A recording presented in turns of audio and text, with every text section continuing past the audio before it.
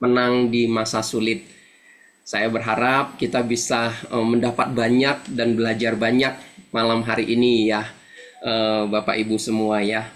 Seperti biasa Bapak Ibu Saudara, saya mohon kerjasamanya ya untuk ketika Ibu Ina menyampaikan sesi untuk Bapak Ibu Saudara semua boleh menonaktifkan mikrofonnya ya agar penyampaian Ibu Ina itu bisa berjalan lancar dan tidak terganggu, dan setiap kita juga bisa mendengar dengan jelas gitu ya tanpa ada gangguan. Nah, Bapak Ibu Saudara semua, ketika kita mendengarkan penyampaian sesi dan kita punya pertanyaan, Bapak Ibu boleh mengajukan pertanyaan melalui kolom chat ya, Bapak Ibu Saudara ya. Nah, nanti saya akan menyampaikan pertanyaan dari Bapak Ibu Saudara ke Ibu Ina, atau nanti di bagian akhir penyampaian sesi Ibu Ina ya, kita juga akan membuka ruang tanya jawab, boleh secara langsung. Namun Bapak Ibu diminta untuk terlebih dahulu untuk raise hand ya, ada fitur raise hand di Zoom kita ini. Minta untuk Bapak Ibu Saudara boleh terlebih dahulu raise hand ya, agar bisa lebih tertib kita dalam tanya jawabnya nanti.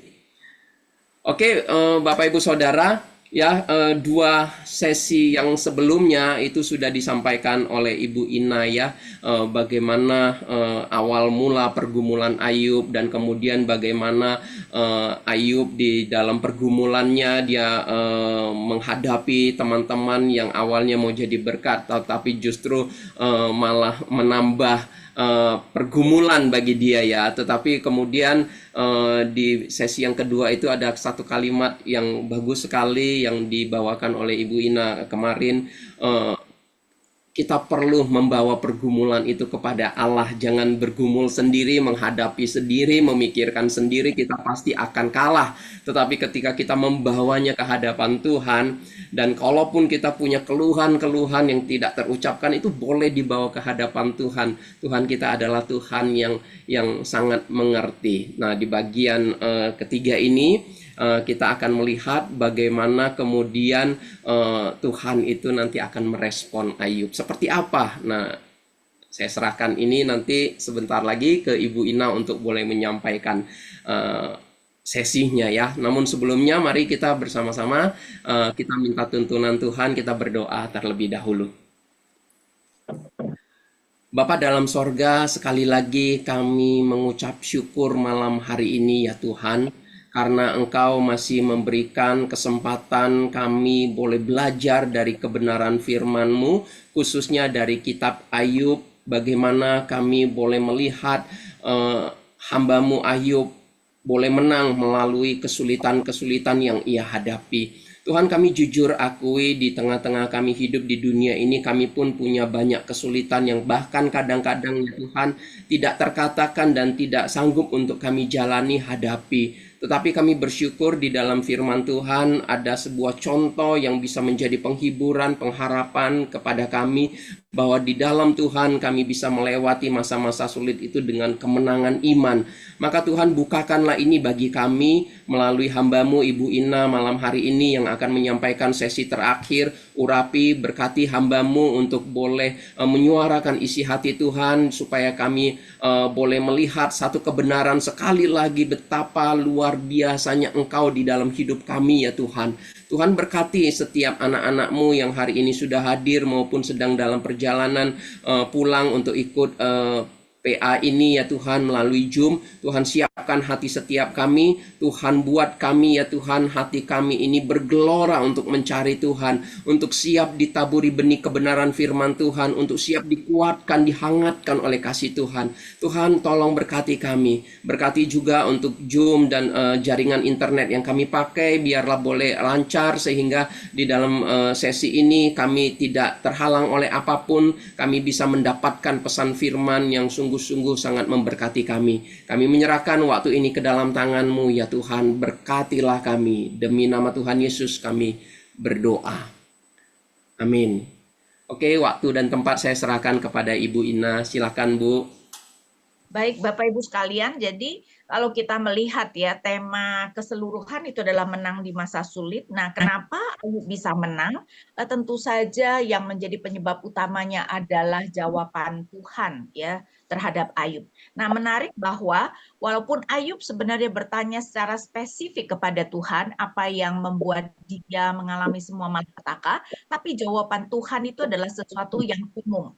Dengan demikian juga berarti jawaban Tuhan itu juga bisa berlaku untuk kita semua yang mengalami penderitaan.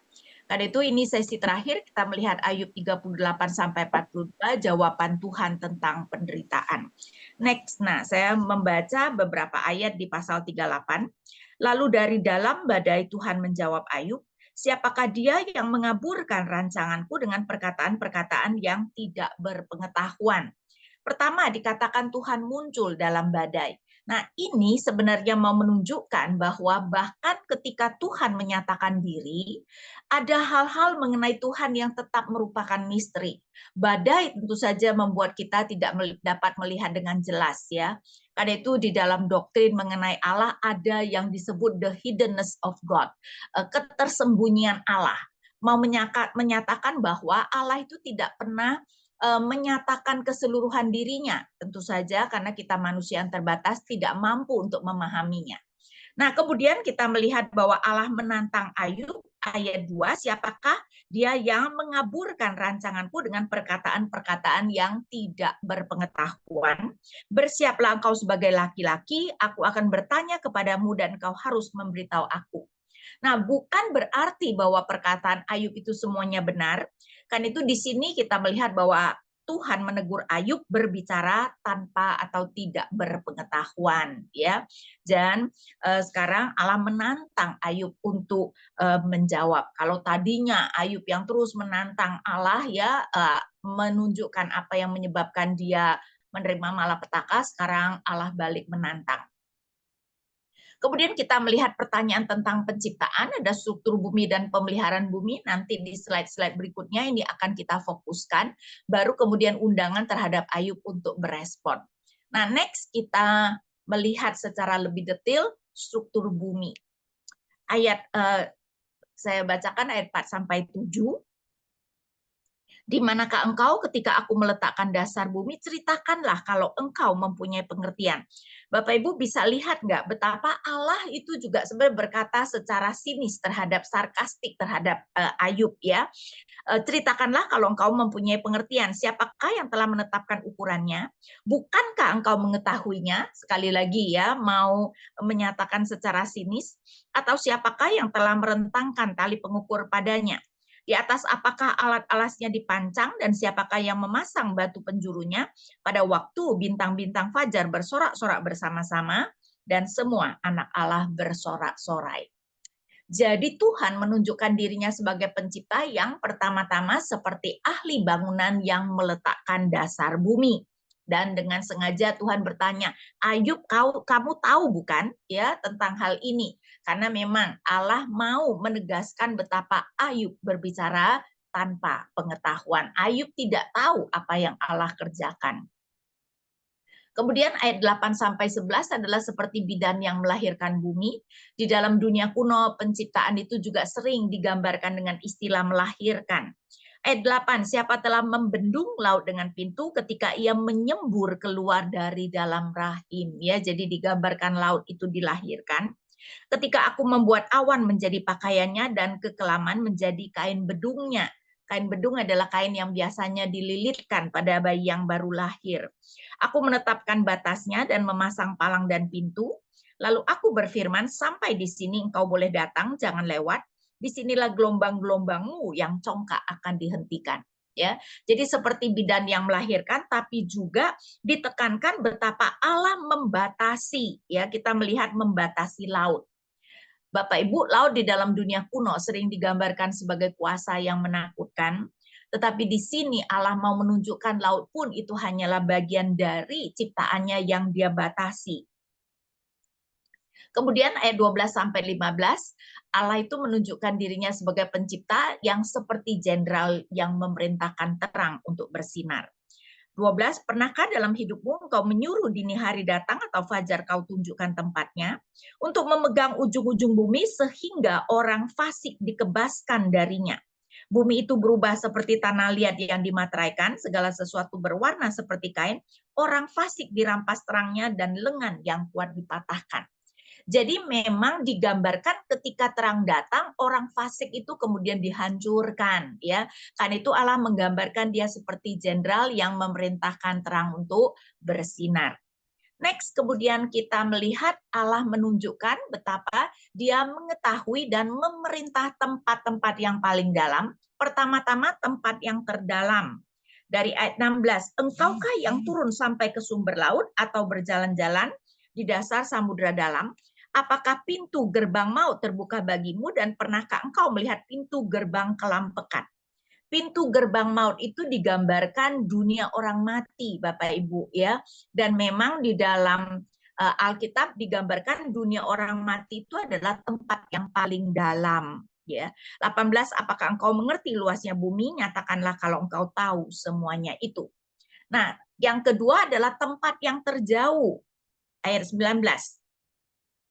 Di manakah jalan ke tempat kediaman terang dan di manakah tempat tinggal kegelapan? Tentu saja jalan ke tempat kediaman terang itu adalah timur dan tempat kegelapan itu adalah barat, ya. Mau mengatakan tempat yang terjauh adalah ujung timur. 20, sehingga engkau dapat mengantarnya ke daerahnya dan mengetahui jalan-jalan ke rumahnya. Sekali lagi dengan sinis, tentu engkau mengenalnya karena ketika itu engkau telah lahir dan jumlah hari-harimu sudah banyak. Tapi Bapak Ibu, di sini ada sesuatu yang menarik. Kita tahu bahwa bumi kita bulat, tapi kan bulatnya tidak persis. Sekarang kalau kita melihat ya globe ya, maka antara utara selatan itu bagian ujungnya itu agak pipih dibandingkan dengan timur barat. Dan memang para ahli setuju bahwa timur ke barat itu lebih jauh dari utara ke selatan.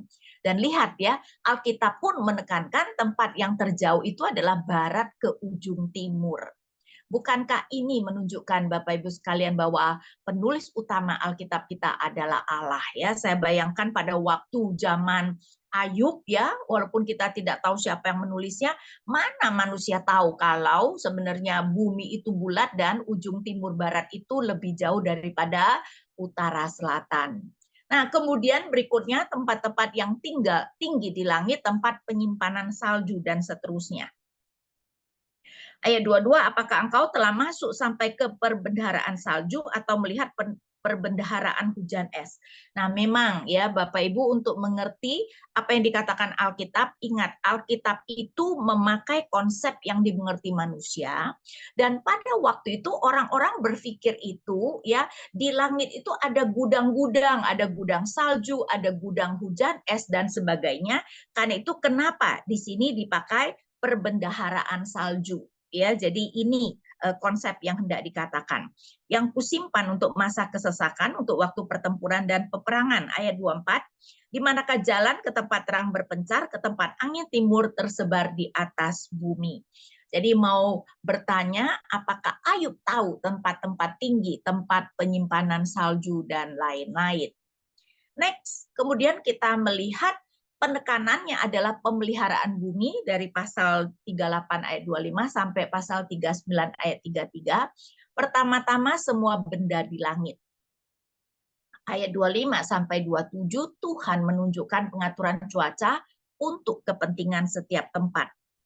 25, siapakah yang menggali saluran bagi hujan deras dan jalan bagi kilat buruk, untuk memberi hujan ke atas tanah di mana tidak ada orang, ke atas padang tandus di mana tak ada manusia, untuk mengenyangkan gurun dan belantara dan menumbuhkan tunas-tunas rumput muda.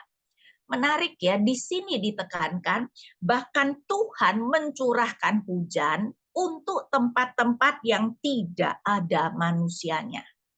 Jadi bahkan tempat yang tidak ada manusia, Tuhan itu peduli dengan alam yang Dia ciptakan. Dan tentu saja dengan demikian tumbuh-tumbuhan itu di sana juga bisa tumbuh. Kemudian dari ayat 28, Apakah hujan itu berayah atau siapakah yang menyebabnya lahirnya tetesan embun? Dari dalam kandungan siapakah keluar air beku dan embun beku di langit siapakah yang melahirkannya? Air membeku seperti batu dan permukaan samudera dalam mengeras ya. Jadi menanyakan Ayub apakah dia tahu dari mana datangnya hujan, air beku dan lain-lain. Tentu saja semuanya ini mau menekankan betapa Tuhan itu mengatur bumi itu dengan begitu detailnya ya, dan Ayub itu tidak tahu apa-apa. Ingat ya, Tuhan menuduh Ayub berbicara tanpa pengetahuan. Next, kemudian kita melihat juga Tuhan menanyakan Ayub tentang pergerakan bintang dan galaksi. 31, dapatkah engkau memberkas ikatan bintang kartika dan membuka belenggu bintang belantik?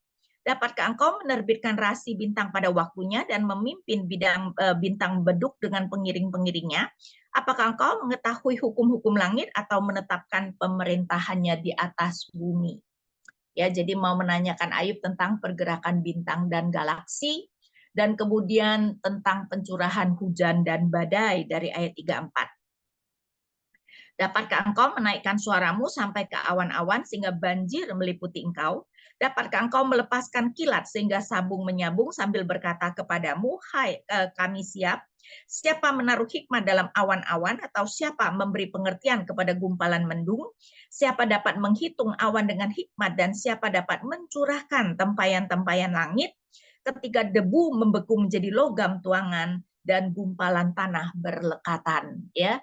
Jadi menanyakan Ayub tentang pencurahan hujan dan badai dan juga ke tempat-tempat di mana terjadi kekeringan. Ya, intinya Tuhan itu mengatur alam ini dengan begitu luar biasanya.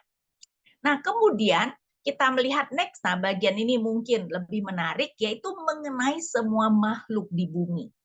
Sehingga kita pertama berbicara tentang singa dan burung gagak. Dapatkah engkau memburu mangsa untuk singa betina dan memuaskan selera singa-singa muda? Kalau mereka mengendap di dalam sarangnya, mengadang di bawah semak belukarnya. Siapakah yang menyediakan mangsa bagi burung gagak apabila anak-anaknya berkauk-kauk kepada Allah, berkeliaran karena tidak ada makanan? Perhatikan Bapak Ibu ya, untuk setiap binatang yang disebut kelompok binatang, digambarkan Tuhan itu memelihara mereka secara sangat spesifik. Nah, mengenai singa dan burung gagak dikatakan tentang menyediakan mangsa. Menarik bahwa ya kita tahu karena singa itu memang berburu secara rombongan kan, biasanya seekor singa jantan dengan beberapa ekor singa betina, sehingga di antara binatang buas Bapak Ibu sekarang diteliti perburuan singa itu paling besar persentase keberhasilannya. Jadi singa itu dilihat sebagai pemburu yang sangat handal dan Tuhan berkata, dia sebenarnya yang menyediakan mangsa untuk singa. Begitupun burung gagak ya. Jadi di sini mau menggambarkan burung gagak juga adalah pemburu yang sangat luar biasa. Tapi sebenarnya Tuhan yang menyediakan mangsa bagi mereka sehingga mereka bisa memberi makan kepada anak-anak mereka. Kemudian kambing gunung dan rusa dari ayat 4. Apakah engkau mengetahui waktunya kambing gunung beranak atau mengamat-ngamati rusa waktu sakit beranak? Dapatkah engkau menghitung berapa lama sampai genap bulannya dan mengetahui waktunya beranak? Dengan membengkokkan lutut mereka melahirkan anaknya dan mengeluarkan isi kandungannya, anak-anaknya menjadi kuat dan besar di padang gurun, mereka pergi dan tidak kembali lagi kepadanya. Mengenai kambing, gunung, dan rusa, berbicara tentang pengaturan kelahiran. Nah, memang ya Bapak Ibu kalau kita melihat ya TV misalnya Planet Animal dan yang lainnya, ternyata kekhasan daripada kambing gunung dan rusa dan juga sejenis binatang seperti itu adalah mereka itu memang melahirkan itu ada waktunya. Tidak seperti binatang buas ya. Binatang buas itu bulan apapun bisa melahirkan, tapi binatang-binatang seperti ini lebih teratur melahirkan karena Tuhan itu membuat mereka itu melahirkan itu pada waktu rumput itu ada. Jadi bukan pada waktu musim dingin di mana sulit mencari rumput. Tapi yang hebat tentang binatang-binatang ini ya, begitu lahir di dalam waktu menit anaknya sudah bisa berjalan dan berlari. Kenapa? Karena mereka adalah binatang yang dimangsa.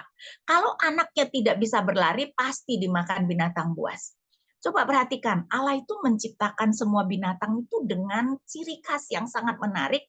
Binatang buas ya.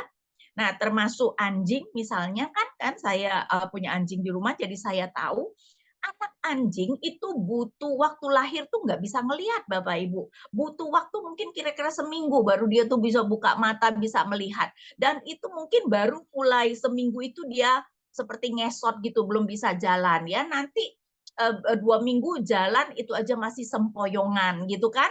Tapi binatang-binatang seperti kambing ini dalam hitungan menit sudah bisa berlari ya, sehingga Tuhan itu mengatur sehingga mereka itu bisa survive ya walaupun ada anak-anak yang dilahirkan. Kemudian kita melihat keledai liar dan keledai jalang dari ayat 8. Siapakah yang mengumbar keledai liar atau siapakah yang membuka tali tambatan keledai jalang? Kepadanya telah kuberikan padang belantara sebagai tempat kediamannya dan padang garam sebagai tempat tinggalnya. Padang belantara, padang garam itu bukan padang yang subur. Karena itu kita melihat bahwa ayat 10 yang menertawakan keramaian kota, tidak mendengarkan teriakan penggiring, ia menjelajahi gunung-gunung sebagai padang rumputnya dan mencari apa saja yang hijau. Mencari apa saja yang hijau berarti yang hijau itu sulit ditemukan, jadi apa aja yang hijau dia makan. Tetapi dia senang. Jadi walaupun makanan itu langka, tetapi ini adalah binatang-binatang yang Tuhan ciptakan menginginkan ya, mencintai kebebasan. Karena itu dikatakan ia menertawakan keramaian kota, tidak mendengarkan teriakan penggiring. Ini keledai liar ya, bukan keledai yang dipelihara. Jadi kita melihat Tuhan pun memberikan mereka kebebasan yang begitu diinginkan mereka. Kemudian next kita melihat lembu hutan dari ayat 12. Apakah lembu hutan mau takluk kepadamu atau bermalam dekat palunganmu? Sekali lagi ini bukan lembu ternak ya, lembu hutan. Lembu hutan itu biasanya kayaknya sih lebih kuat ya daripada lembu ternak. Saya sih bayangkan misalnya di Amerika itu kayak buffalo itu, aduh itu gedenya kayak apa Bapak Ibu sekalian ya. Nah, ayat 13, dapatkah engkau memaksa lembu hutan mengikuti alur bajak dengan tali kendali? Atau apakah ia akan menggaruk tanah lembah mengikuti engkau?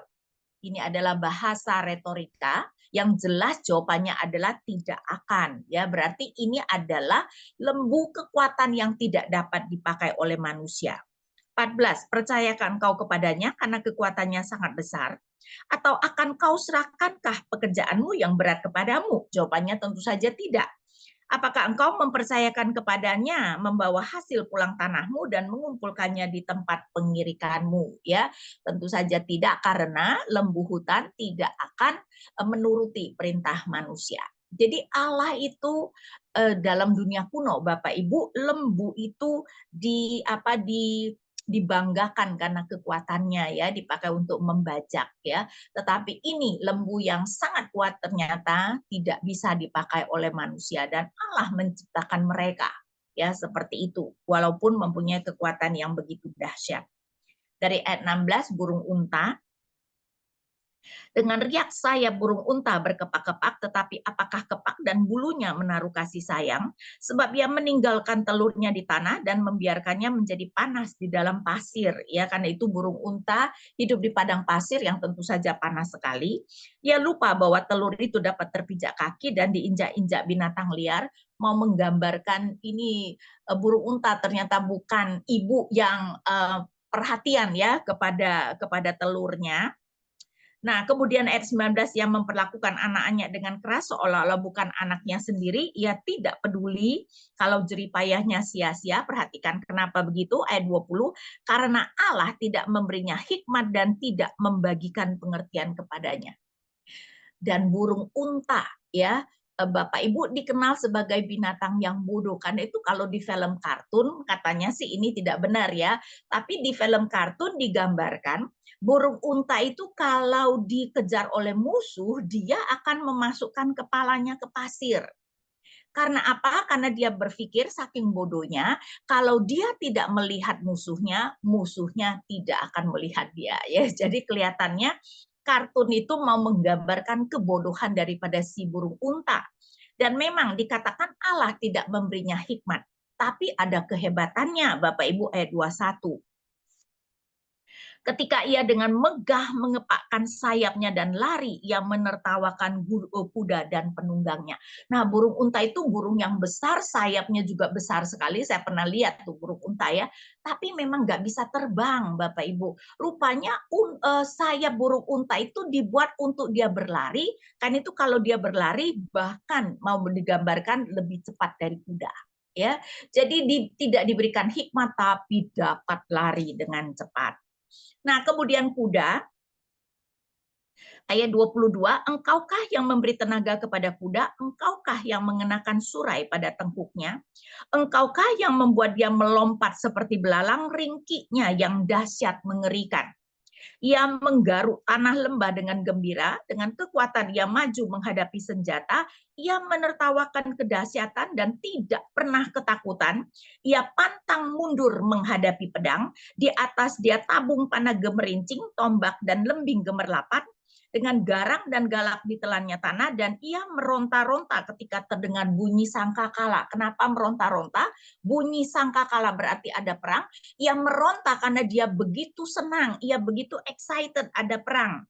Ia meringkik setiap kali sangkakala ditiup, dan dari jauh ia sudah mengendus perang, gertak para panglima dan pekik pertempuran. Saudara, ternyata binatang perkasa yang diciptakan untuk perang. Bapak Ibu pernah mikir nggak kenapa ya kuda-kuda itu di dalam peperangan ya? Walaupun itu sangat bahaya ya, ketika penunggangnya menyuruh dia terjang. Karena ternyata ini adalah binatang yang begitu perkasa yang Tuhan ciptakan untuk perang. Tidak mengherankan ternyata dari zaman kuno sampai sekarang orang kalau berperang itu naik kuda, Bapak Ibu sekalian ya. Tidak semua loh binatang itu seperti itu. Anjing misalnya, itu penakut loh. Hanya anjing-anjing ras tertentu yang berani. Anjing pada umumnya penakut. Jadi kalau diajak perang, bisa dia kabur duluan tuh. Kecuali mungkin anjing-anjing yang dilatih oleh polisi dan sebagainya. Ya, K9 dan sebagainya. Karena itu kenapa film kartun misalnya Scooby-Doo, ya kalau Bapak Ibu ingat ya, Scooby-Doo gambarkan kalau ada sesuatu yang menakutkan dia langsung melompat ke pangkuan tuannya tuh ya. Jadi tapi kuda tidak seperti itu. Nah, kemudian kita melihat yang terakhir adalah burung elang dan raja wali, burung pemangsa yang buas. 29. Oleh pengertian mukah burung elang terbang mengembangkan sayapnya menuju ke selatan. Atas perintah mukah Raja Wali terbang membubung dan membuat sarangnya di tempat yang tinggi. Memang kalau kita lihat juga planet animal begitu ya, ternyata Raja Wali itu sarangnya itu di puncak-puncak kayak tebing-tebing yang tipis, yang curam, yang tidak mungkin didatangi oleh manusia atau binatang lain ya. Jadi mereka membuat sarangnya benar-benar di tempat yang tinggi. Ia berdiam dan bersarang di bukit batu, di puncak bukit batu, dan di gunung yang sulit didatangi. Dari sana ia mengintai mencari mangsa, dari jauh matanya mengamat-ngamati, anak-anaknya menghirup darah, dan di mana ada yang tewas disitulah dia. Apa maksudnya anak-anaknya menghirup darah? Menunjukkan bahwa dari kecil sebenarnya binatang-binatang itu memang sudah buas ya. Tuhan itu memang menciptakan untuk jadi buas. Saya tuh dulu suka nonton yang TV itu binatang-binatang seperti itu, Bapak Ibu ya. Nah, burung raja wali, elang begitu ya, biasanya anaknya itu cuma misalnya 2 ekor gitu ya. Dan waktu itu yang saya nonton itu 2 ekor anaknya. Nah, biasanya yang satu yang tua itu anaknya itu akan badannya jauh lebih besar nanti dari adiknya. Karena apa? Karena dia itu tidak sayang adiknya. Kalau dapat makanan, misalnya kan mamanya membawa makanan kan di dalam parunya, dia akan merebut dan tidak akan membiarkan adiknya makan kecuali dia sudah kenyang. Sehingga lama-lama ukurannya jauh lebih besar dari adiknya, dan ketika dia sudah kuat, dia menendang adiknya dari sarang. Yang tentu saja itu sarang yang begitu tinggi, adiknya bakal jatuh dan mati. Jadi memang Tuhan itu sudah menciptakan pemangsa-pemangsa yang buas. Nah, di sini memang tidak dikatakan, hiu juga adalah binatang yang sangat buas. Saya juga pernah nonton ya. Suatu waktu ditangkap hiu yang mati itu, ternyata hiu itu lagi hamil ya, ibu hiu yang hamil. Hiu itu ternyata bukan bertelur tapi beranak ya Bapak Ibu. Dan ketika dilihat ke dalam perutnya, kan ada beberapa ekor hiu di dalam perutnya, ternyata hiu-hiu itu saling memangsa. Jadi di dalam kandungan ibunya, hiu-hiu itu saling memangsa ya ikan-ikan hiu tersebut ya. Dan itu menunjukkan binatang-binatang yang memang digambarkan anak-anaknya menghirup darah. Tapi poinnya, Allah itu menciptakan binatang-binatang dengan ciri-ciri dan karakteristik yang berbeda, dan Allah memelihara mereka seturut dengan karakteristik yang Allah ciptakan mereka. Nah, Bapak Ibu, yang sangat menarik adalah ya, tadi kita sudah melihat betapa Allah menunjukkan dia memelihara bumi, elemen-elemen di langit, bahkan galaksi dan sebagainya, dan binatang, tapi tidak diceritakan tentang manusia. Intinya apa? Intinya mau mengatakan kalau bumi saja, ya, binatang-binatang saja Allah pelihara seperti demikian, apalagi manusia yang merupakan ciptaan tertinggi di bumi tersebut, ya, sehingga kita melihat di bagian ini Allah berbicara tentang pemeliharaannya yang begitu spesifik kepada setiap elemen yang ada di bumi. Next, nah kita sekarang melihat jawaban Ayub ayat 36 sampai 38. Lalu Tuhan berkata lagi kepada Ayub, apakah pengecam hendak berbantah dengan Yang Maha Kuasa, hendaklah yang mencela Allah menjawab. Jawab Ayub kepada Tuhan, sesungguhnya aku ini terlalu hina, jawaban apakah yang dapat kuberikan kepadamu, kututup mulutku dengan tangan. Ayub yang tadinya banyak menantang Tuhan untuk memberikan dia jawaban, sekarang tidak bisa berbicara. Dia dalam arti dia mengakui dia sudah berbicara tanpa pengetahuan seperti yang ditegurkan oleh Allah. Tapi kelihatannya Ayub belum mencabut apa yang dikatakannya, karena kemudian di ayat 38, satu kali aku sudah berbicara tetapi tidak akan kuulangi, bahkan dua kali tetapi tidak akan kulanjutkan. Maksudnya dia tetap bersiteguh dengan perkataan atau apa yang sudah ditanyakannya. Karena itu kenapa tidak mengherankan Allah kembali berbicara, ya. Jadi next kita melihat perkataan Tuhan yang kedua. Dan seperti sebelumnya, ya, Tuhan memberi tantangan dari ayat 1. Lalu dari dalam badai Tuhan menjawab Ayub, bersiaplah engkau sebagai laki-laki, aku akan menanya engkau dan engkau memberitahu aku. Apakah engkau hendak meniadakan pengadilanku, mempersalahkan aku supaya engkau dapat membenarkan dirimu. Nah, untuk itu Allah mempertanyakan kuasa Ayub. Maksudnya Allah mau berkata, Ayub, apakah engkau mau menyalahkan aku? Tetapi untuk dapat menyalahkan aku, ayo tunjukkan kuasamu. Ya, karena itu kenapa kemudian Allah berkata dari ayat 4, apakah lenganmu seperti lengan Allah dan dapatkah engkau mengguntur dengan suara seperti dia? Hiasilah dirimu dengan kemegahan dan keluhuran, kenakanlah keagungan dan semarak, luapkanlah gelora murkamu, amat-amati setiap orang yang congkak dan rendahkanlah dia. Jadi maksud Allah, Ayub engkau menuduh aku kan, ya, di mana Ayub juga menuduh Allah membiarkan orang-orang fasik ya melakukan kejahatannya, dan sekarang Allah berkata, Ayub, ayo tunjukkan kuasamu, hancurkanlah mereka. Ayat 7, amat-amatilah setiap orang yang congkak, tundukkanlah dia dan hancurkanlah orang fasik di tempatnya. Pendamlah mereka bersama-sama dalam debu, kurung mereka di tempat yang tersembunyi, maka aku pun akan memuji engkau jika tangan kananmu memberi engkau kemenangan. Ya, jadi Tuhan mempertanyakan kuasa Ayub dan mungkin mau mengatakan, Ayub, kalau engkau tidak berkuasa untuk menghancurkan orang fasik, ya enggak usah ngomong lah, ya, enggak usah kemudian mempertanyakan kenapa Allah misalnya tidak menghancurkan orang fasik sementara ini. Nah, kemudian kita diberikan gambaran dua binatang yang tidak tertaklukkan, Behemoth dan Leviathan. Nah, di dalam terjemahan baru yang sebelumnya dikatakan kuda Nil dan buaya. Tetapi di dalam TB2 sekarang seperti versi bahasa Inggris, LAI tidak lagi menyebut kuda Nil dan buaya, tetapi memakai bahasa Ibraninya Behemoth dan Leviathan. Dan memang sebenarnya binatang ini bukan kuda Nil dan buaya. Karena itu kita tidak akan melihat seluruhnya, tapi kita melihat sebagian. Karena itu next, behemoth. Karena itu saya berikan dalam tanda kurung, ini apakah kuda Nil, ya, karena sekali lagi terjemahan baru yang lama mengatakan itu adalah kuda Nil.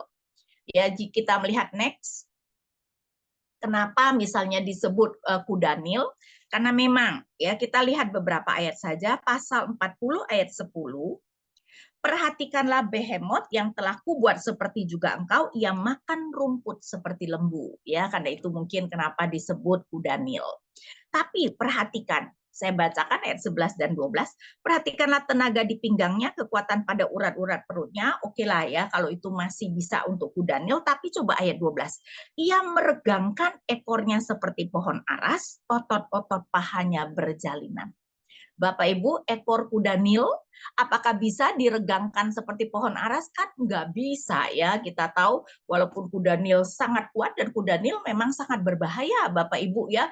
Dia itu bisa, kalau itu kan dia memang tidak makan daging tapi dia bisa menyerang manusia, misalnya perahu dicaplok dengan mulutnya yang begitu besar dan kalau ada manusia di dalamnya remuk Bapak Ibu sekalian ya, sehingga dikatakan kuda Nil cukup banyak membunuh manusia.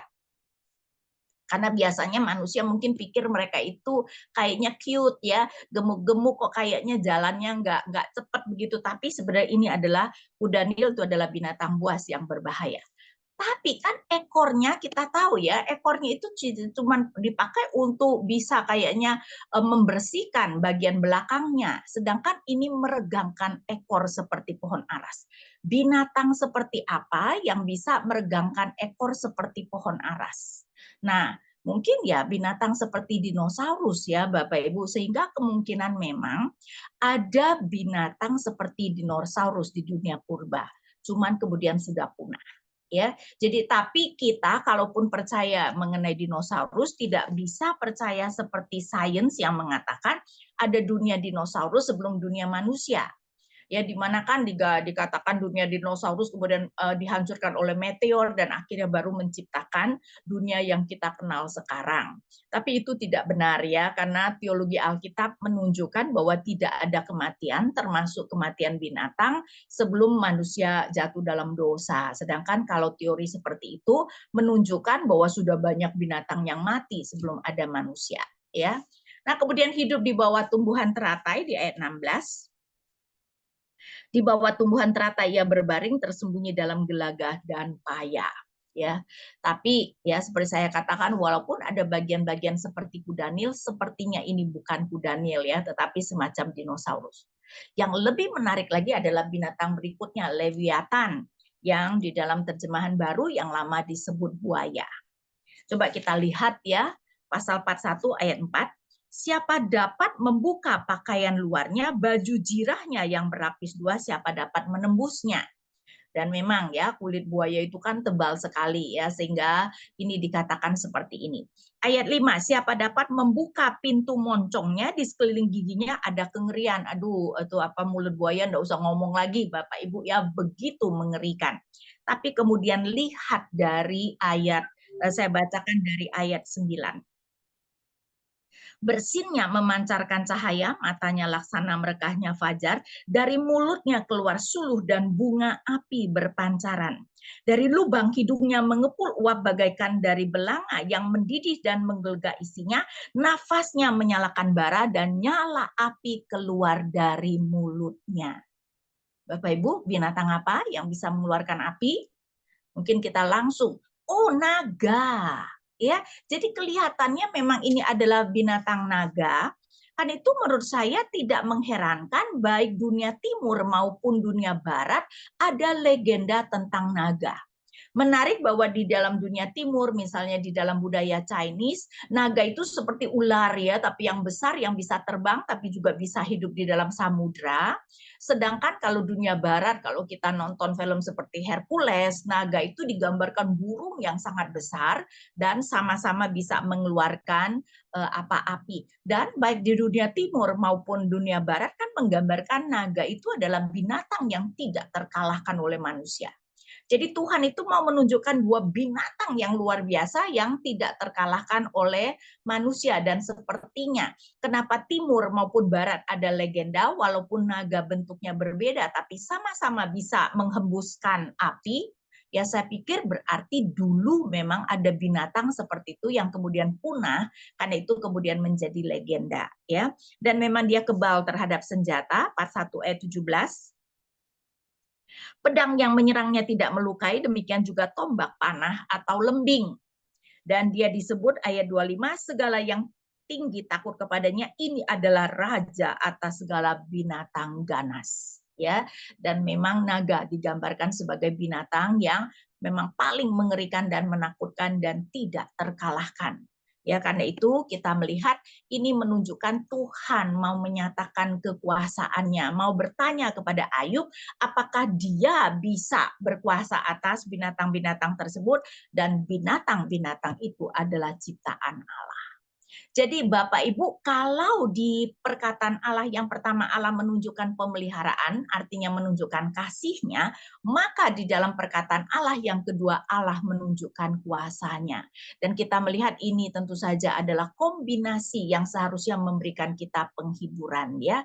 Allah yang maha kuasa adalah Allah yang mengasihi kita, memelihara segala sesuatunya dengan baik, apalagi kita manusia yang adalah anak-anaknya.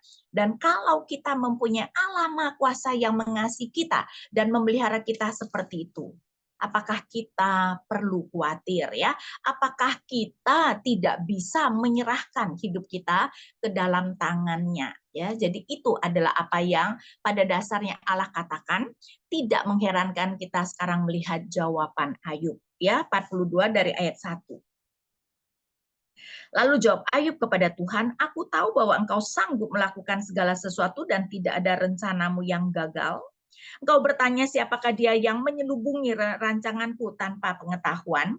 Itulah sebabnya tanpa pengertian aku telah bercerita tentang hal-hal yang terlalu ajaib bagiku dan yang tidak ku ketahui. Ya, jadi Ayub mengakui dia telah berkata tanpa pengertian. Firman-Mu dengarlah, akulah yang akan berfirman, aku akan menanya engkau supaya engkau memberitahu aku. Hanya dari kata orang saja aku mendengar tentang kau, tetapi sekarang mataku sendiri memandang kau. Oleh sebab itu aku mencabut perkataanku dan dengan menyesal aku duduk dalam debu dan abu. Jadi Ayub berkata kalau dulu dia hanya mendengar tentang Tuhan, sekarang matanya sendiri memandang Tuhan, dia mencabut perkataannya. Berarti Ayub puas dengan apa yang Allah sudah nyatakan. Nah, kepuasan Ayub seharusnya Bapak Ibu juga memuaskan kita. Ya, karena sebenarnya ya sering sekali di dalam penderitaan yang kita tidak bisa terima adalah mengapa Allah yang katanya maha kuasa tidak mau menolong kita. Bukankah Allah itu begitu mudah kalau mau menolong kita, ya? Tetapi di sini mau menunjukkan kalaupun Allah tidak menolong, tapi sebenarnya coba bayangkan Allah itu memelihara segala sesuatu. Kan itu memang salah satu di awal, ingat nggak Bapak Ibu, saya mengatakan salah satu pelajaran yang kitab Ayub hendak ajarkan adalah bahwa pengertian kita manusia yang terbatas tidak bisa mengerti sebenarnya hikmat Allah yang tidak terbatas di dalam dia memerintah dunia ini. Karena itu kita tidak seharusnya dengan mudah menuduh Allah melakukan sesuatu yang tidak adil, menuduh Allah tidak lagi peduli dengan kita. Ya, dan memang kita itu manusia ketika mengalami penderitaan bukan cuma soal penderitaan, tetapi ketika kita sudah berdoa kepada Tuhan berhari-hari, berminggu-minggu, berbulan-bulan dan Tuhan tidak menjawab, kita mulai meragukan kasih Allah kepada kita. Kita mulai meragukan apakah Allah peduli kepada kita atau tidak, dan itu kemudian menambahkan frustrasi. Ya, tetapi jawaban Tuhan menunjukkan kepada kita Tuhan selalu peduli. Ya, Tuhan sangat peduli kepada kita. Ya, karena itu kita seharusnya mengerti kalau sampai Allah masih mengizinkan penderitaan itu pada kita, ya berarti ada rencana Allah yang berbeda, tapi tidak pernah karena Allah tidak peduli. Dan rupanya Ayub puas dengan jawaban itu. Ya, next kita melihat konklusi. Ayat 7, setelah Tuhan menyampaikan hal itu kepada Ayub, Tuhan berfirman kepada Elifas orang Teman, murkaku menyala-nyala terhadap engkau dan kedua sahabatmu karena kamu tidak berkata benar tentang aku seperti hambaku Ayub. Nah, tentu saja sekali lagi bukan berarti semua perkataan Ayub benar, Tuhan juga menegur Ayub berkata tanpa pengetahuan, tetapi Tuhan sebenarnya tidak murka pada Ayub, Tuhan murkanya kepada ketiga temannya. Menarik ya Bapak Ibu, padahal ya teman-teman itu boleh dikatakan membela Tuhan, tetapi Tuhan lebih setuju dengan Ayub yang ketika tidak mengerti berani bertanya kepada Tuhan, bukan seperti teman-temannya yang menganggap bahwa mereka mengerti sepenuhnya apa yang Allah kerjakan, ya malahan menunjukkan kesombongan dari teman-temannya, dan dalam hal ini kerendahan hati Ayub yang mengerti dia tidak mengerti dan karena itu bertanya kepada Tuhan. Ayat 8, oleh sebab itu ambillah 7 ekor lembu jantan dan 7 ekor domba jantan, pergilah kepada hambaku Ayub dan persembahkanlah semuanya itu sebagai kurban bakaran untuk dirimu. Hambaku Ayub akan berdoa untuk kamu karena permintaannya lah yang akan kuterima.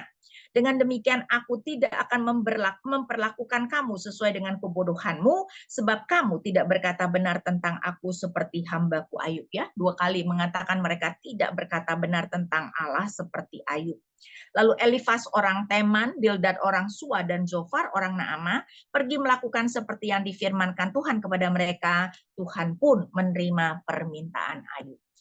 Nah, Bapak Ibu, saya percaya ini juga adalah cara Tuhan mendamaikan ya teman-teman yang sebenarnya adalah orang-orang yang sebenarnya teman sahabat karib ya.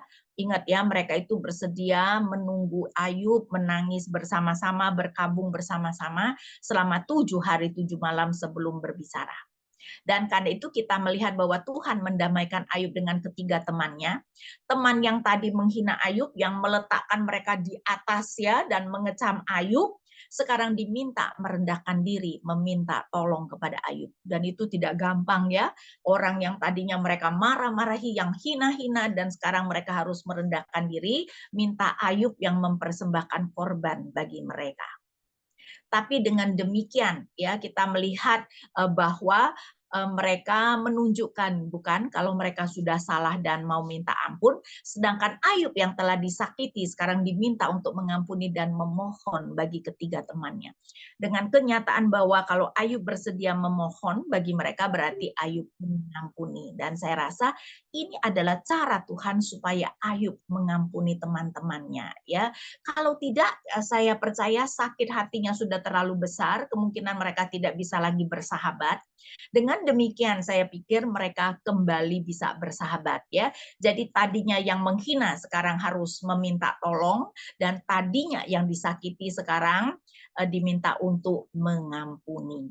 Kemudian menarik adalah apa yang dikatakan ayat 10, Bapak Ibu ya. Tuhan memulihkan keadaan Ayub setelah ia berdoa untuk sahabat-sahabatnya. Tuhan memberikan kepada Ayub segala kepunyaannya sampai 2 kali lipat. Perhatikan, Tuhan memulihkan Ayub, memakai saudara-saudara dan kerabat-kerabatnya setelah Ayub meminta doa untuk sahabat-sahabatnya. Tersirat Bapak Ibu, jika Ayub tidak mau mengampuni, ia tidak akan dipulihkan. Dan memang ini tentu saja mengingatkan kita ajaran Tuhan Yesus, ingat nggak ya, di mana di dalam doa Bapa kami ya kita juga Tuhan Yesus juga mengajarkan supaya kita berdoa supaya saya bacakan misalnya ya Matius 5 ayat 12, dan ampunilah kesalahan kami seperti kami juga mengampuni orang yang bersalah kepada kami. Dan kemudian Tuhan Yesus menambahkan penjelasan di dalam Matius 6 ayat 14, karena jikalau kamu mengampuni kesalahan orang, Bapamu yang di surga akan mengampuni kamu juga. Namun jikalau kamu tidak mengampuni orang, Bapamu juga tidak akan mengampuni kesalahanmu. Jadi Bapak Ibu, dari sini kita melihat ya, kalau kita mau dipulihkan seperti Ayub, syarat utamanya kita harus mengampuni orang yang menyakiti kita. Dan sebenarnya mengampuni orang yang menyakiti kita bukan untuk kebaikan orang yang menyakiti kita, tapi terutama untuk kebaikan kita sendiri. Karena apa? Hati yang pahit Bapak Ibu itu tidak bisa dipulihkan. Kita harus mengampuni, ya, dengan demikian kepahitan kita itu terselesaikan, baru kemudian kita bisa dipulihkan, ya. Karena itu di sini kita melihat bahwa setelah Ayub mengampuni, baru Allah memulihkan, dan Allah memulihkan memakai orang-orang di sekelilingnya, ayat 11. Kemudian semua saudaranya laki-laki dan perempuan serta semua kenalannya yang lama datang ke rumahnya dan makan bersama dengan dia di rumahnya. Mereka menyatakan rasa duka dan menghibur di atas segala malapetaka yang ditimpakan Tuhan kepadanya. Mereka masing-masing memberi dia uang 1 kesita dan sebuah cincin emas. Nah, Bapak Ibu, uang 1 kesita kalau kita melihat di Alkitab bagian belakang sudah tidak tahu jumlahnya, tapi kan di situ ada 1 cincin emas. Bayangkan ya, 1 cincin emas. Sekarang 1 gram itu sudah 1,3 kali ya. Katakanlah 1 juta, 1 cincin emas kalau 3 gram saja 3 juta. Plus uang 1 kesita, saya bayangkan mungkin satu orang itu kalau uang kita sekarang kira-kira 5-6 juta. Kok mau ya setiap orang, dan kita tidak tahu berapa banyak, mau memberikan kira-kira 5-6 juta. Bapak Ibu, sekarang berapa banyak orang yang kita bersedia menolong seperti itu? Saya rasa tidak banyak ya. Kenapa teman-teman Ayub ya mau melakukan seperti itu, dan dulu tidak ada ATM, tidak ada telepon, berarti mereka ketika mendengar dari rumah sudah membawa, Bapak Ibu sekalian, cincin emas dan uang 1 kesita dengan tujuan memberikan Ayub. Saya pikir satu jawabannya, karena mereka tahu Ayub orang benar, Ayub adalah orang yang banyak menolong orang lain. Mungkin dulu di antara mereka pernah ditolong, ya, kan itu mendengar bahwa penolong mereka sekarang dalam keadaan begitu cepat-cepat membawa apa yang mereka dapat berikan. Atau kalaupun bukan orang yang pernah ditolong Ayub, tahu bahwa Ayub adalah orang yang sangat dermawan. Ya, dan dengan itu kita melihat ayat 12, Tuhan memberkati Ayub dalam hidupnya yang selanjutnya lebih daripada dalam hidupnya yang dahulu. Ia mendapat 14.000 ekor kambing domba, 6.000 unta, 1.000 pasang lembu, dan 1.000 ekor keledai betina. Jadi, dan di sini kalau kita bandingkan dengan pasal 1 itu persis 2 kali lipat ya. Jadi kita melihat Tuhan memberkati Ayub. Nah, berarti dari apa yang diberikan oleh sahabat dan temannya, Ayub mungkin memulai bisnis lagi dan Tuhan memberkati sehingga dia sekarang 2 kali lipat jauh lebih kaya dari sebelumnya. Ayat 13. Ia juga mendapat 7 orang anak laki-laki dan 3 orang anak perempuan. Saya percaya dengan istri yang sama. Dan ini persis sama dengan anaknya sebelumnya, 7 laki plus 3 perempuan. Ada yang mengatakan anak-anaknya pun 2 kali lipat karena anak-anaknya 10 ada di surga dan sekarang 10 ada di bumi. Ya. Kemudian ayat 14, anak perempuan yang pertama diberi nama Yemima, yang kedua Kesia, dan yang ketiga Keren Hapuk. Di seluruh negeri tidak terdapat perempuan secantik anak-anak Ayub. Mereka diberi ayahnya milik pusaka bersama dengan saudara-saudaranya laki-laki. Kenapa yang diceritakan anak perempuan? Mungkin tersirat juga anak perempuannya saja begitu, apalagi anak lakinya. Ya, dan saking kayanya anak-anak perempuannya pun diberi ayah mereka milik pusaka. Ya, di dalam dunia kuno biasanya warisan itu cuma diberikan kepada anak laki-laki. 16, sesudah itu Ayub masih hidup selama 140 tahun. Dan itu kita mengatakan umurnya berarti lebih panjang dari Abraham, karena kan setelah sesudah itu ya kemungkinan dia sampai umur 200 tahun seluruhnya ya. Dia melihat anak-anak dan cucu-cucunya sampai keturunan keempat. Ayub pun meninggal ketika sudah tua dan lanjut umur. Ya, nah mau menggambarkan dia sangat diberkati. Next, kita melihat pelajaran apa yang bisa kita dapatkan. Jawaban Tuhan terhadap Ayub menunjukkan bahwa ia adalah Tuhan yang memelihara segala ciptaannya dan ia berkuasa penuh. Kombinasi pemeliharaan, yaitu menunjukkan kasih dan kuasa Tuhan, seharusnya menenangkan kita bahwa ia pasti memelihara kita dengan baik. Ya.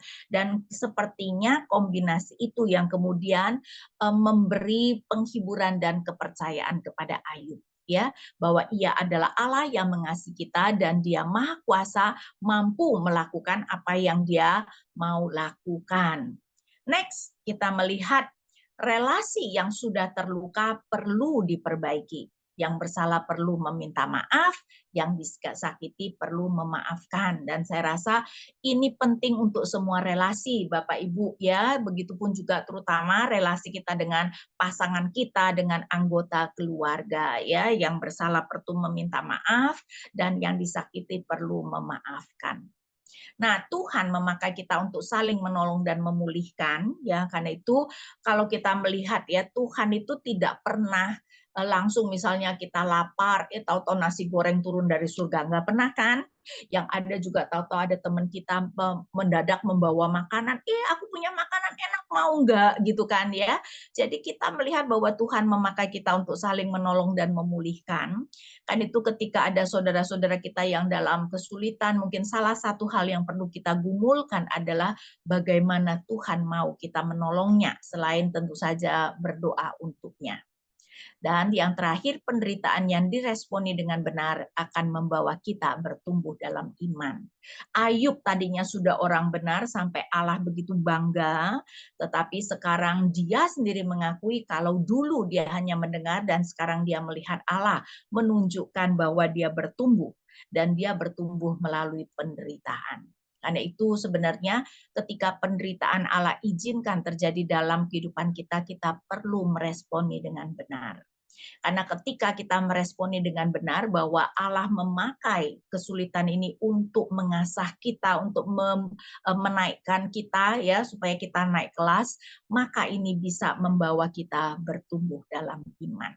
Oke, kita selesai kitab Ayub, saya berikan kesempatan untuk bertanya.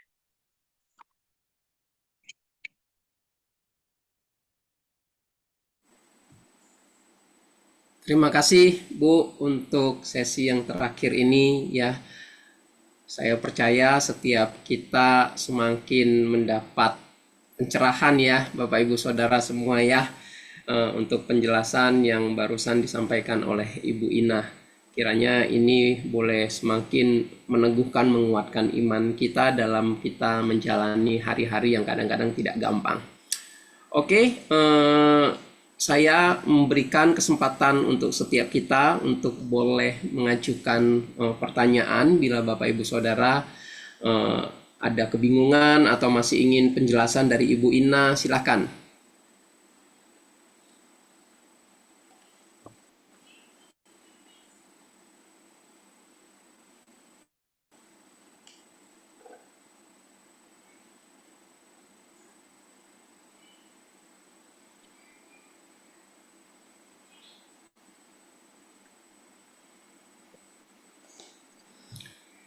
Yang langsung tidak ada.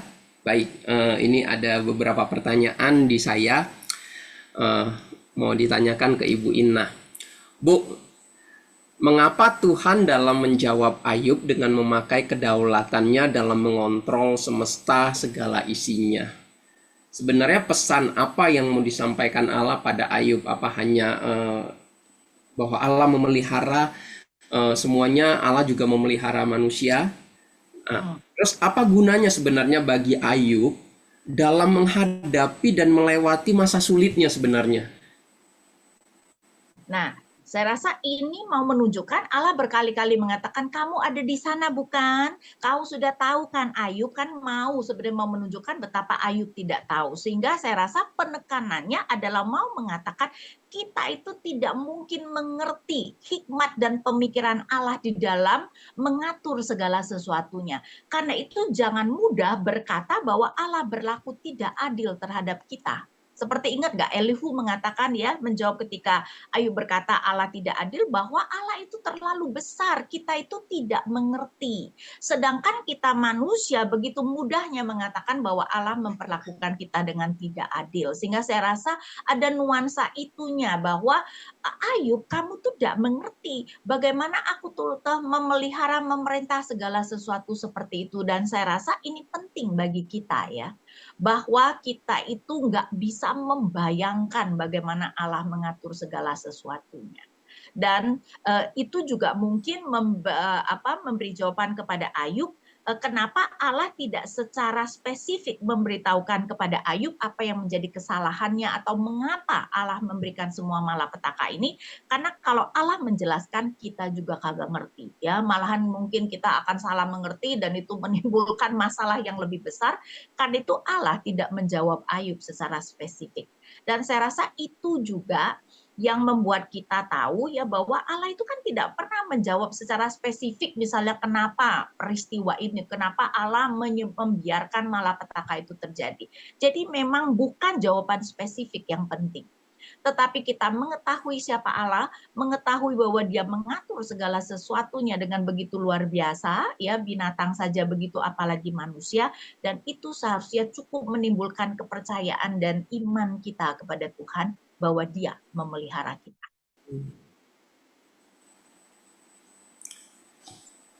Ya,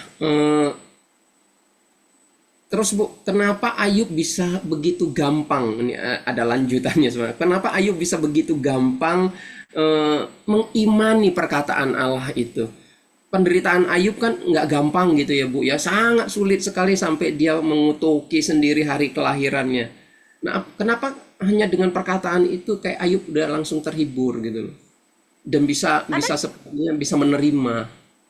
Karena dia memang sudah mengenal Allahnya ya. Ini kan bukan orang yang sama sekali tidak mengenal Allah ya. Dia adalah orang yang takut akan Allah. Jadi sering sekali sebenarnya bukannya kalau saya bilang ya, sering sekali bukannya kita itu tidak mengerti siapa Allah kita ya, walaupun memang pengertian kita tentu saja bisa diperdalam, tapi kita itu perlu diteguhkan lagi bahwa Allah itu mengasihi dan memelihara kita. Dan saya rasa Ayub mendapatkan itu. Jadi Bapak Ibu sering sekali sebenarnya ketika kita menghibur ya, kita itu tidak perlu memikirkan perkataan yang baru, kita hanya perlu mengulangi ya, mengingatkan diri kita, mengingatkan saudara kita yang sedang dalam kesulitan, Tuhan mengasihi kamu loh. Dan itu sering sekali cukup. Karena apa? Seperti saya katakan, ketika kita menderita, bukan permasalahan hanya soal kok Allah belum lagi menjawab, kemudian kan sudah mulai terpikir, oh Allah sudah tidak peduli dengan aku, Allah sudah tidak menyayangi aku, sehingga ketika ada konfirmasi bahwa Allah menyayangi loh, ya Allah menyayangi itu, dan sering sekali itu cukup bagi kita. Dan saya rasa itu yang kemudian cukup bagi Ayub. Nah, saya tunjukkan Bapak Ibu ya betapa di dalam Alkitab ketika Daud itu dikejar-kejar oleh musuh ya, oleh Saul maksud saya, dan akhirnya Yonatan bisa datang walaupun Saul tidak bisa ketemu dia, tetapi Yonatan bisa datang kepada Daud ya. Dan di sini menariknya adalah Yonatan kemudian bisa meneguhkan Daud, dan cara Yonatan meneguhkan Daud adalah seperti ini ya. Misalnya saya bacakan 1 Samuel 23 ya, 1 Samuel 23 dari ayat 16. Yonatan anak Saul yang pergi menemui Daud di Koresa, ia menguatkan Daud untuk mengandalkan Allah. Nah, coba kita lihat bagaimana dia menguatkan Daud. Ia berkata kepadanya, janganlah takut sebab tangan ayahku Saul tidak akan menangkap engkau. Engkau akan menjadi raja atas Israel dan aku akan menjadi orang kedua di bawahmu. Bahkan ayahku Saul telah mengetahui hal itu. Perkataan Yonatan sudah diketahui Daud nggak sih? Sudah. Itu bukan perkataan baru. Yonatan cuma mau mengatakan kepada Daud bahwa kamu pasti jadi raja. Tapi bagi Daud itu cukup. Dan itu dia dikuatkan. Dan saya pikir itu yang sering sekali sebenarnya yang kita butuhkan. Kembali kita itu diingatkan kalau Allah itu mengasihi kita. Ya, jadi Alkitab mengajarkan sebenarnya kadang-kadang meneguhkan seseorang itu mudah loh. Diingatkan saja kalau Allah mengasihi. Karena apa? Karena seperti saya katakan, kita itu kemudian mengatakan kepada diri kita sendiri bahwa Allah tidak mengasihi kita. Allah sudah tidak peduli dan itu yang menghancurkan. Jadi ketika ada peneguhan Allah mengasihi kita, maka sering sekali kita itu bisa menghadapi masalah dengan perspektif yang sangat berbeda. Masalah belum selesai, tapi perspektif kita kemudian menjadi berbeda. Artinya iman yang bertumbuh itu penting sekali ya Bu ya, Ya, untuk menyikapi semua persoalan ini ya. Oke, terima kasih Bu untuk jawabannya yang sangat indah sekali. Oke, saya buka kembali kepada Bapak Ibu semua. Apakah ada yang mau bertanya? Bila tidak ada, ini ada pertanyaan terakhir di sini. Ya, oke, saya tanyakan ya, saya bacakan pertanyaan terakhir ke Ibu yang masuk ke saya. Bu, fokus Allah itu sepertinya bukan kepada masa sulit atau penderitaannya Ayub, tetapi kepada pemahamannya Ayub. Boleh sedikit penjelasan nggak, Bu? Kenapa Allah fokus kepada pemahamannya Ayub, bukan kepada menyelesaikan masa sulitnya Ayub gitu? Karena memang pemahaman kita itu akan membuat kita melihat kesulitan kita itu dengan kacamata yang berbeda. Dan ketika kita bisa melihat kesulitan kita bukan lagi dengan hati yang pahit, ya, bukan lagi dengan menyalahkan Allah, maka kita itu bisa melihatnya di dalam perspektif yang lebih benar, ya, bahwa Allah mengizinkan itu bukan karena Dia tidak mengasihi, tetapi karena Dia mau membentuk kita. Saya pikir kita kemudian bisa menerimanya dengan lebih baik dan kita bisa menyelesaikannya dengan lebih baik. Ya, karena itu kenapa memang pemahaman kenapa penderitaan terjadi itu sangat penting. Karena itu kenapa ya, dan itu research menunjukkan orang yang percaya ada Allah dengan orang yang tidak percaya akan Allah menderita penyakit yang persis sama, kemungkinan sembuhnya berbeda. Orang yang percaya akan Allah mempunyai kemungkinan sembuh yang lebih besar. Karena perspektif kita mengubah, ya, mengubah. Jadi lebih mempunyai semangat toh. Oh, ini adalah ujian dari Tuhan. Tuhan sedang membentuk aku. Tuhan mau supaya aku lebih kuat. Itu kan memberikan semangat. Kan itu kenapa perspektif kita melihat penderitaan itu sangat penting. Penderitaan boleh sama, tetapi orang dengan perspektif yang berbeda melihatnya, dia akan menjalani penderitaannya dengan berbeda, ya, dan hasilnya jelas akan berbeda. Berarti satu pemahaman tentang Allah yang benar itu juga sama pentingnya seperti kita membangun iman ya Bu ya. Ya, betul. Oke, terima kasih Bu untuk sesi terakhir malam hari ini, untuk pemaparan-pemaparan yang membukakan banyak hal yang boleh membuat setiap yang hadir, saya percaya, boleh diberkati dan semakin mengerti ya bagaimana ketika kita menghadapi masa sulit, Allah ada di sana, Allah tidak meninggalkan kita sendiri. Allah itu adalah Allah yang peduli, bahkan jauh melampaui apa yang bisa kita doakan. Allah itu sangat mengerti situasi kita, dan kiranya kita boleh diberkati, dihibur, dikuatkan iman kerohanian kita, khususnya ketika kita melewati masa-masa sulit. Terima kasih Ibu, saya mewakili Gereja Metodis Immanuel mengucapkan rasa terima kasih yang sedalam-dalamnya kepada Ibu yang sudah meluangkan waktu untuk boleh memberkati kami. Boleh dong Bapak Ibu Saudara kita memberikan aplaus, jempol, atau tanda kasih kita kepada Ibu Ina yang sudah memberkati kita di 3 minggu di bulan Juni ini. Terima kasih Bapak Ibu sekalian.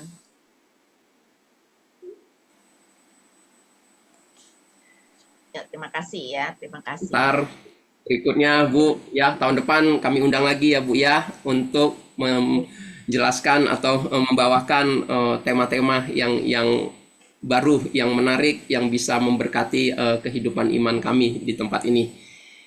Ya, oke Bapak Ibu Saudara, sebelum saya tutup sesi terakhir hari ini, ada 2 pengumuman penting yang mau disampaikan kepada Bapak Ibu Saudara. Bulan Juli nanti ya, gereja kita kembali akan mengadakan seminar Berea ya, dengan satu tema, tidakkah kami mempunyai hak. Ini diambil, menarik sekali ya. Tidakkah kami mempunyai hak ketika kita melayani gitu ya, kita hidup sebagai anak Tuhan, kita banyak pencapaian kita dan kita ingin menikmati pencapaian kita itu kan. Tetapi seringkali ada dibilang kita itu harusnya jauh lebih lebih penting memuliakan Tuhan, melayani dan sebagainya ya, daripada kita menikmati hari libur kita, kesenangan-kesenangan kita ya. Jadi ini satu tema yang menarik ya Bapak Ibu Saudara. Tidakkah kami mempunyai hak? Bapak Ibu Saudara catat, setiap kali seminar Berea itu kita lakukan di pagi hari, tetapi kali ini kita tidak lakukan di pagi hari, tetapi di siang hari ya, di jam 1 siang sampai jam 4.30 sore. Ya Bapak Ibu Saudara boleh catat, dan sebelum mulai sesi kita akan ada makan siang bersama, disediakan makan siang ya Bapak Ibu Saudara. Ya kita akan mulai dari jam 1. Nah, pembicaranya itu Pendeta Aiter ya, dari GRII. Nah, dicatat ini Bapak Ibu Saudara, akan diadakan di Sabtu 13 Juli. Ya Pak Yanes? Makan siangnya mulai jam 12, contoh sesinya mulai jam 1. Nah, makan siangnya jam 12 Bapak Ibu Saudara ya, ada tuh di posternya dicantumkan di sana ya, boleh diperhatikan Bapak Ibu Saudara. Dan kalau boleh ya Bapak Ibu Saudara, itu nanti daftar gitu ya Bapak Ibu Saudara untuk kehadirannya, untuk boleh disiapkan makan siangnya. Ini seminar Berea 13 Juli. Satu lagi Bapak Ibu Saudara, next Pak Yanes. Ya, di 14 Juli nanti Pak Sutri akan ada kebersamaan ya, ada persekutuan yang akan dibawakan oleh gembala sidang kita ya, Boksu Joshua. Let's worship together, ya, itu temanya. Ini pasti satu acara yang sangat menarik sekali. Mari kita bersama-sama boleh ikuti, menjadi satu wadah di mana kita boleh bertumbuh bersama, khususnya untuk para pasutri yang ada di gereja kita. Oke, dua ini saja yang mau disampaikan kepada Bapak Ibu Saudara untuk boleh diperhatikan ya, untuk tanggal dan jamnya, tempatnya juga ya Bapak Ibu Saudara. Kita akan menutup sesi ini, namun sebelum kita menutup, boleh dong Bu satu statement penutupnya untuk memberkati kami semua sekali lagi. Contoh Pausan. Ya, Contoh. Ibu Justina. Aku mungkin karena loading ya. Dari saya ada satu pertanyaan, boleh sulit sebentar nggak, Contoh? Boleh satu aja ya, silakan. Saya berpikir tadi tentang pernyataan bahwa penderitaan yang dihadapi seseorang yang mengenal Tuhan dengan tidak mengenal Tuhan akan mempunyai proses dan outcome yang lain, gitu ya Bu ya.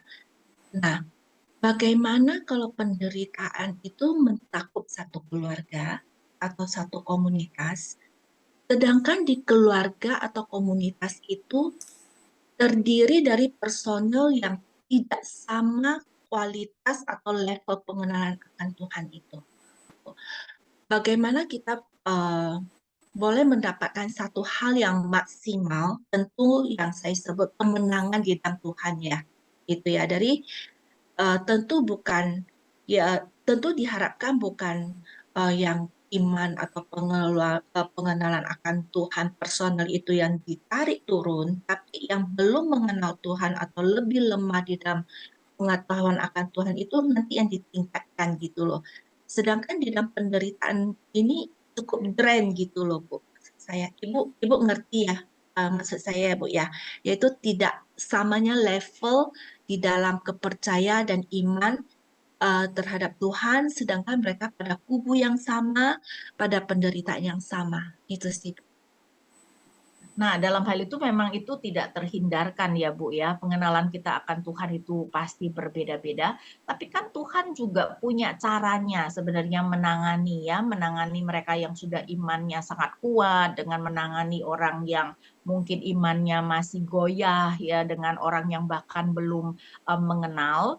Tapi tentu saja kita itu ingat ya, kedaulatan dan anugerah Allah tidak menghilangkan tanggung jawab manusia. Nah, kalau sudah begitu kan adalah tanggung jawab kita dong. Ketika itu adalah anggota keluarga kita, ya kita mengajarkan mereka ya bahwa kita memang tidak bisa mengontrol apa yang terjadi kan, tetapi ada Allah yang sebenarnya mengontrol segala sesuatu, dan kita mencoba meyakinkan bahwa walaupun Allah memang mengizinkan hal-hal yang buruk di dalam kehidupan kita, tapi Dia melakukannya dalam kebaikan kita, sehingga kita itu perlu percaya ya bahwa ada kebaikan, keindahan yang sebenarnya Allah itu sedang kerjakan melalui penderitaan yang bagi kita belum bisa melihat keindahannya. Jadi ya memang mau tidak mau ya kita hanya bisa berupaya, dan tentu saja pada saat yang sama kita berdoa ya supaya kemudian Dia mampu menerimanya.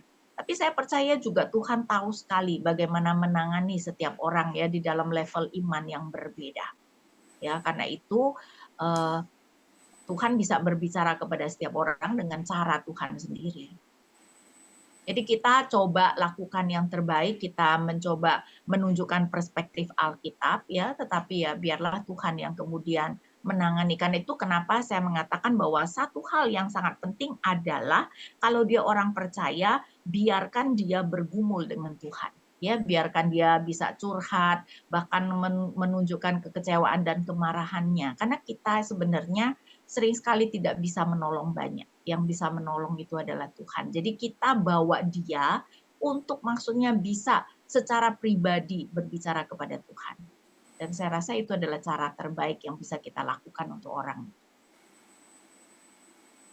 Oke, Bu. Terima kasih. Terima kasih, Chantal. Terima kasih, Bu. Sama-sama, Bu. Boleh, Bu, untuk satu statement closing untuk setiap kami, sekaligus minta Ibu boleh menutup kami di dalam doa untuk PA malam hari ini. Kitab Ayub diberikan bukan hanya untuk menolong Ayub ya, tetapi Tuhan tahu bahwa setiap kita akan mengalami masa-masa di mana kita sulit sekali menerima apa yang Tuhan izinkan terjadi dalam kehidupan kita. Karena itu kitab Ayub berisi pertanyaan-pertanyaan yang sebenarnya kita bisa mengidentifikasikannya ya. Karena itu ketika nanti kita mengalami masalah-masalah sulit, saya rasa kitab Ayub, kitab Mazmur ya dengan doa-doa pemazmur itu sangat baik untuk kita hayati ya, dan kita kita pegang ya, sehingga kita di dalam pergumulan kita secara pribadi dengan Tuhan kita itu bisa mendapat pertolongan. Tetapi menurut saya kuncinya adalah kita harus datang secara pribadi kepada Tuhan. Seperti Ayub ya, datang bertanya kepada Tuhan kalaupun di dalam kesulitan atau kekecewaan dan kemarahan. Jadi Bapak Ibu, kuncinya satu, datang kepada Tuhan dengan jujur, memberitahukan isi hati dan perasaan kita. Saya percaya itu adalah salah satu kunci bagaimana kita itu bisa kemudian menyelesaikan atau mendapatkan perspektif yang lebih baik di dalam menangani kesulitan kita. Ya, karena itu kenapa Alkitab itu begitu berharga, karena kan sebenarnya memberikan kita kunci-kunci praktis. Kitab Ayub, kitab Mazmur, kitab Amsal itu namanya kitab hikmat. Dan kitab hikmat itu memberikan kita skills on living, keahlian di dalam menjalankan kehidupan. Dan tentu saja keahlian di dalam menjalankan kehidupan tidak terlepas dari relasi kita dengan Allah dan relasi kita dengan sesama. Ya, dan itu yang harus kita asah. Bagaimana supaya kita mempunyai keahlian di dalam menjalankan kehidupan, termasuk di dalam relasi kita dengan Allah. Saya rasa itu yang bisa saya katakan. Amin. Thank you, Bu. Bolehkah minta Ibu sekaligus untuk menutup di dalam doa? Yuk, mari kita berdoa Bapak Ibu sekalian. Bapak, kami bersyukur kami boleh diberikan sebuah kitab yang berjudul Ayub, supaya kami boleh melihat betapa Engkau sesungguhnya adalah Allah yang sudah mengatur alam semesta ini dengan begitu baiknya. Bahkan tempat-tempat yang tidak ada manusianya Engkau tetap berikan hujan. Karena itu biarlah kami boleh mengerti betapa berharganya kami manusia di mata-Mu, apalagi kami orang-orang percaya yang sudah ditebus dengan darah yang berharga dari juru selamat kami. Karena itu betapapun sulit penderitaan kami, kiranya kami boleh ingat bahwa Engkau melakukannya, Engkau mengizinkannya di dalam kasih-Mu terhadap kami, dan bahwa Engkau memakai hal-hal yang buruk itu untuk mengasah kami, supaya kami lebih dipersiapkan, dipakai oleh Engkau, dan kami juga boleh dibentuk untuk menjadi semakin serupa dengan Tuhan kami, Yesus Kristus. Karena itu Bapak ajarkan kami boleh mempunyai perspektif yang positif di dalam menghadapi semua kesulitan yang Engkau izinkan terjadi di dalam kehidupan kami. Ajarkan kami untuk boleh selalu berani datang kepadamu, karena Engkau adalah Bapa yang begitu mengasihi kami, yang selalu menerima kami, anak-anak-Mu, dengan tangan yang terbuka. Dan kami bersyukur, berdoa hanya di dalam nama Tuhan kami, Yesus Kristus. Amin. Amin. Terima kasih sekali lagi, Ibu. Tuhan berkati Ibu. Tuhan berkati Bapak Ibu semua.